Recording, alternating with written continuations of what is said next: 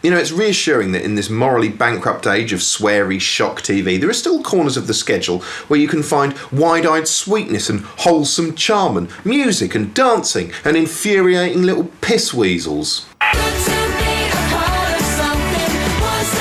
Britannia High is ITV1's stunningly similar take on the High School Musical formula, set in a version of London twinned with America. The show charts the fortunes of a gaggle of all singing, all dancing irritant pipsqueaks as they perfect the art of Tupperware showbiz at School for the Performing Arts, unconvincingly overseen by the bank manager from the Nationwide ads. Don't be a wannabe.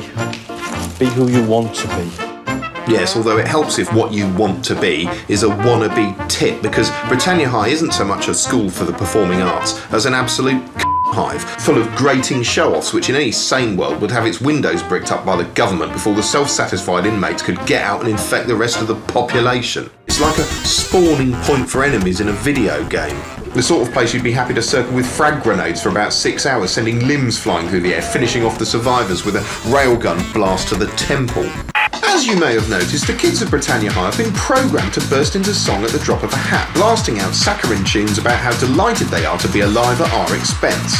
All coming over all self-pitying and staring up their own bums, musically speaking. The main characters, or targets as I like to think of them, are the squeakiest clean of the lot. There's Jez. My name's Jez, and I'm a performer. I think he's the gay one. I need the audience's constant reassurance that, hey, I'm okay. Then there's Street Kid, BB. I'm BB. I think he's the black one. I'm fed up of feeling like the only way's down. So I'm here, looking up. There's also bitchy Claudine, who's so pretty she actually makes me quite angry. You're just saying that. Airhead Lola, seen here impressing Richard Blackwood and Tim and Bob from Boyzone by treating them to a glimpse of Fanny. Lauren, the girl next door, assuming you live next door to a stage school, and Danny, the combined heartthrob and ball ache, who constantly looks like he's just wandered off the set of an 80s chewing gum commercial, failing to carry off a look that wasn't even fashionable then. Actually, the show can't quite make up its mind about Danny. One minute he's a nervy, shy, nice guy, and the next he's behaving like the biggest shit-eating, posturing little bum balloon you've ever seen in your life. I'm a man. No, you're a He's a man. No, he's a I'm a man. No, you're a He's a man. No, he's a Oh, forget it. To be fair, behind Danny's shallow exterior lies a shallow but faintly sad interior. He suffers from life-threatening dyslexia, a condition so serious he sometimes even has trouble remembering his next line. What am I like?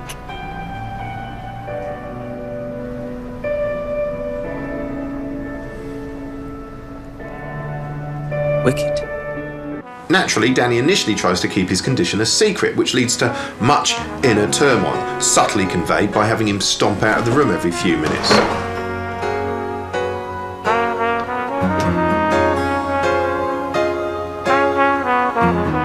But of course, you can't run away from your problems forever, and sure enough, things come to a head during an on-stage Q&A with two members of Girls Aloud, which in the Britannia High universe is the equivalent of the Frost-Nixon interview.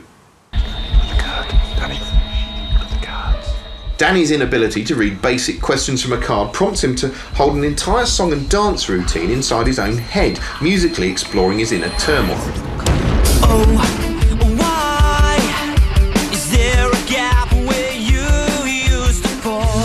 The result is a sequence fraught with evocative symbolism as Danny dances through a psychodramatic landscape, conveying the dyslexic agony of being unable to spell words like was, or doing schoolwork in the shadow of a giant projected clock.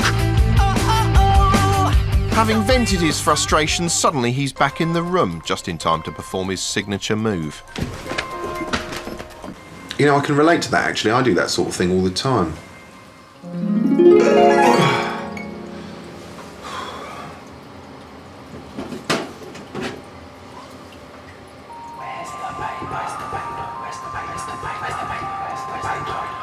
Oh no! Where's the paper? Where's the paper? Where's the paper? I need to wipe my... Where's the paper? Where's the paper? Where's the paper? I need to wipe my... Where's the paper? Where's the paper? Where's the paper? I need to wipe my bum!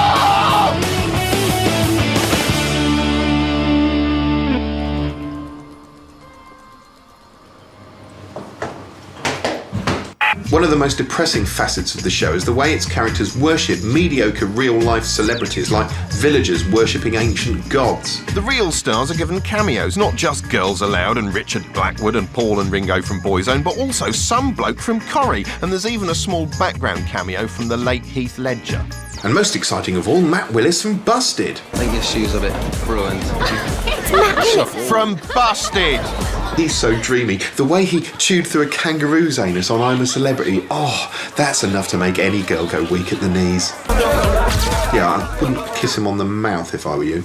Anyway, a cornball rip-off it may be, but I feel a little bit bad knocking Britannia High, just like everybody else in the country. It's certainly not fair to blame the cast, who've been given a tough job to do, singing and dancing and grinning their way through an endless series of gruelling routines, apparently choreographed by a semaphore instructor with a 5,000-volt electrode attached to each bollock. Sometimes they're even forced to do routines in the street in front of a bewildered and apparently unimpressed public, which is such an excruciatingly embarrassing thing to do to the poor sods, they might as well have given them a full rectal exam in a shop window.